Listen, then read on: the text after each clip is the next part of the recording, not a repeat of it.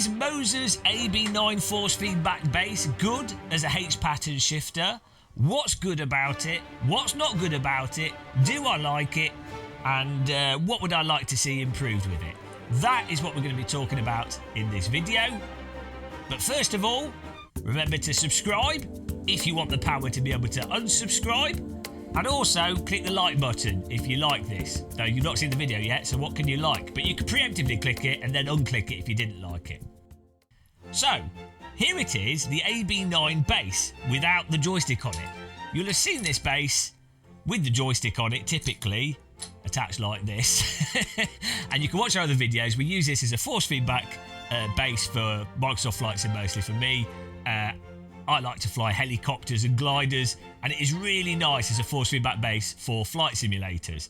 But with this driver update, you can now basically take your joystick off it. Moza sell actual gear knobs, but in this case we just have the extension shaft. It will work with an extension shaft and not the gear knobs.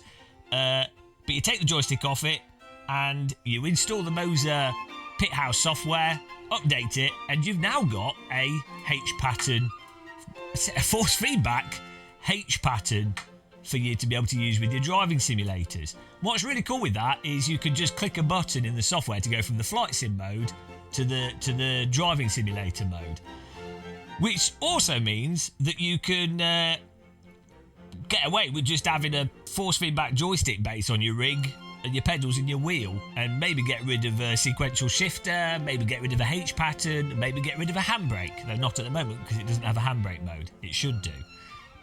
So, in theory, this is absolutely amazing. A device that can basically do a whole bunch of things along with being a force feedback joystick. Absolutely fantastic. In practice, it doesn't quite work perfectly. Now keep in mind, it is beta at the moment, and Moza do actually roll updates out, like at least an update a week or every 2 weeks. So I'm sure it'll keep changing and improving, but keep in mind it is beta. So to go through what's good about it, as I say, you get the ability to have either multiple H pattern layouts, because it's not a real physical gate on it, it's just whatever the motor is programmed to resist. And you also at the moment have a sequential mode in there, which actually does work really well.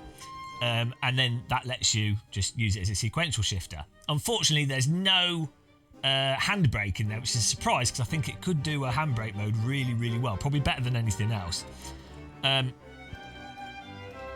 Also, aside from the H pattern gates you can choose with different amounts of gearing on them, you can choose some effects like a vibration for when you're gear shifting.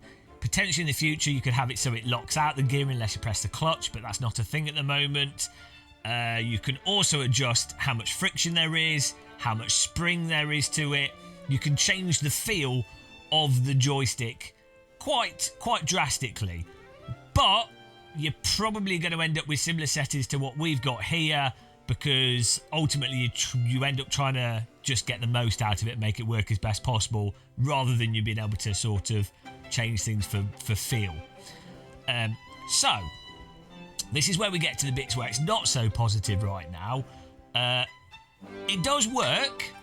You can go through the gears, and it does work on a par with, I'd say, like a sort of budget H pattern shifter. Like, it's weird because some aspects of it are actually really, really nice, like the sort of general feel of the movement and the springiness in the centre and the play. That's actually really premium feeling. It feels really nice. Feels very similar to a real car gearbox, and you can adjust the springiness and stuff and the damping and stuff.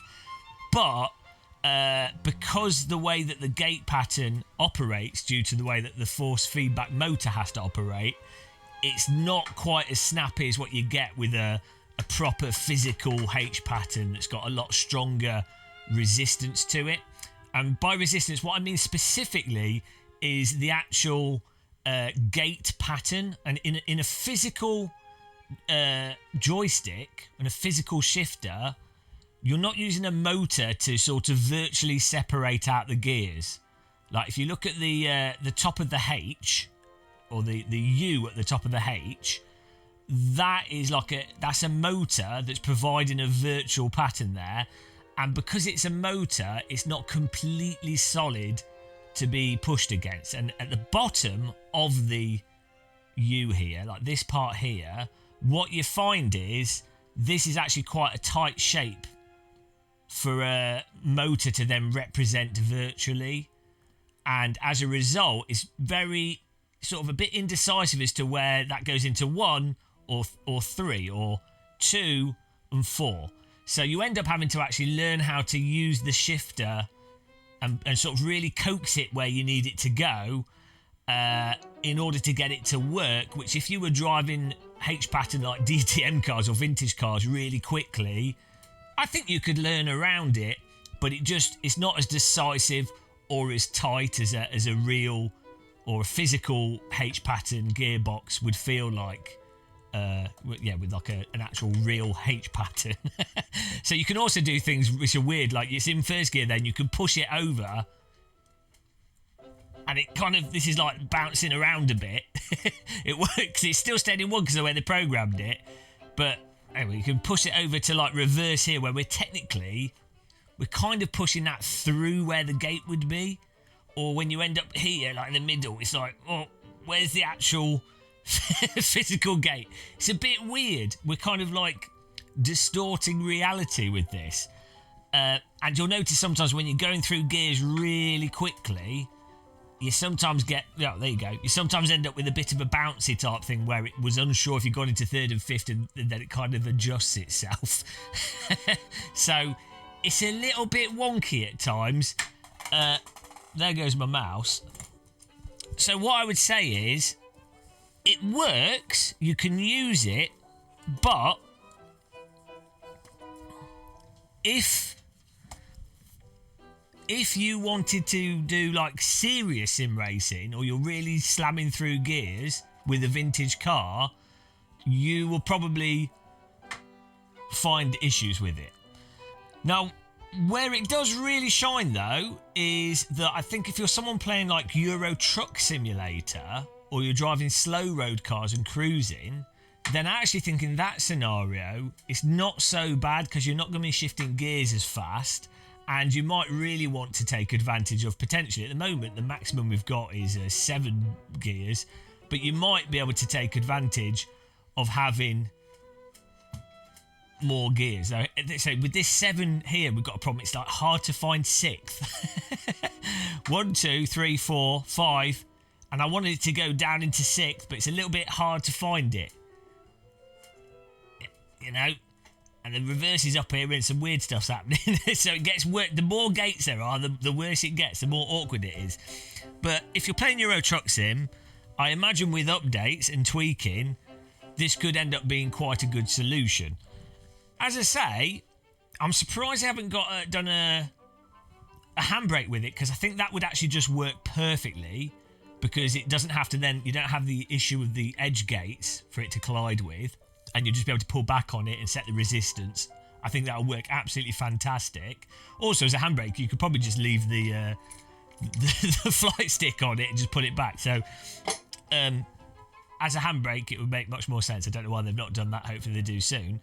But the sequential mode actually works really quite nice. Now, again, it's not as tight or as responsive as like a dedicated sequential shifter that's on the market, but it works. You've got like a nice notch there, and that's gone into the gear. A nice little bump there goes into the gear. You can sort of feel it going in. It doesn't bug out at all. You can adjust like gear damping and things. You know, it does work, I think, pretty reliably in that, because it's a fairly simple thing to do, going up and down a gear. But yeah, it's a shame it doesn't work to like a high standard, I'd say, for the H pattern mode. But if you just got a flight stick and you do a bit of sim racing and you wanted the ability to have a H pattern, maybe you haven't got a H pattern, you don't drive H pattern cars much, it's a really nice feature to have. And the sequential works great, as I say, and hopefully a handbrake. So as it is right now, I would not recommend buying this as a H pattern shifter, you're much better off even just getting like a Thrustmaster shifter or a Fanatec shifter or a SHH or whatever. There's a whole bunch of H pattern shifters out there. If you're really into your proper H pattern shifting, then you want to get a dedicated H pattern shifter. Same with the sequential. If you're really using it, you want to get an actual dedicated sequential shifter. This, as I say, is just great for people that have already got the AB9 base, maybe do flight simming, and then maybe want the utility of the sequential shifter without having to get another shifter, or you can use it as a H pattern.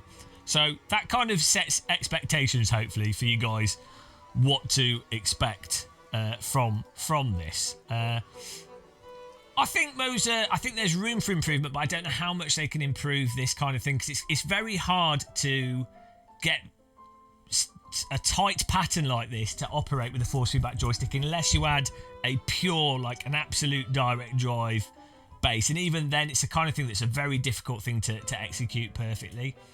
But yeah, I think it's a really nice feature to have, and great that Moza are just adding more and more stuff to their hardware. Hopefully we get their gear shifters, their actual proper shift knobs to use, but and then we can test that out and we'll do a live stream of that. But with this extension shaft can also rotate left and right, but I've locked it down. The nice thing is I can just unscrew my joystick, so when I can go from my flight sim to the driving sim mode. And I'll probably just have this set up as a binary handbrake at the moment, setting the sequential as a button. But hopefully, if they set this up to have proper handbrake mode in the game, I'll 100% use this as a handbrake, and then I'll take the I've got a Fanatec handbrake here. I'll take that off and I'll just use this as a handbrake, and then keep my actual H shifter on top for H pattern. But there you go, guys. That is a very arduous rundown of Moza's force feedback AB9 H pattern sequential shifter. It's force feedback madness.